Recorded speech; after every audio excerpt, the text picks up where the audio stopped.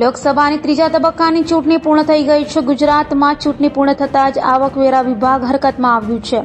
સુરતમાં વહેલી સવારથી જ ટેક્સટાઇલ ગ્રુપ પર આવકવેરા વિભાગ ત્રાટક્યું છે. ઐશ્વર્યા ગ્રુપ આવકવેરા વિભાગના દરોડા પડ્યા છે, જેથી ટેક્સટાઇલ ઉદ્યોગમાં ફફડાટનો માહોલ છવાઈ ગયો છે. આવકવેરા વિભાગે ઘણા સમય પછી હરકતમાં આવ્યું છે. લોકસભા ચૂંટણીનું મતદાન પૂર્ણ થયાના ત્રીજા દિવસે આવકવેરા વિભાગે સુરતમાં કાપડ ઉદ્યોગ સાથે સંકળાયેલા ઉદ્યોગપતિઓ સહિતનાઓનું નિશાને લીધા હતા.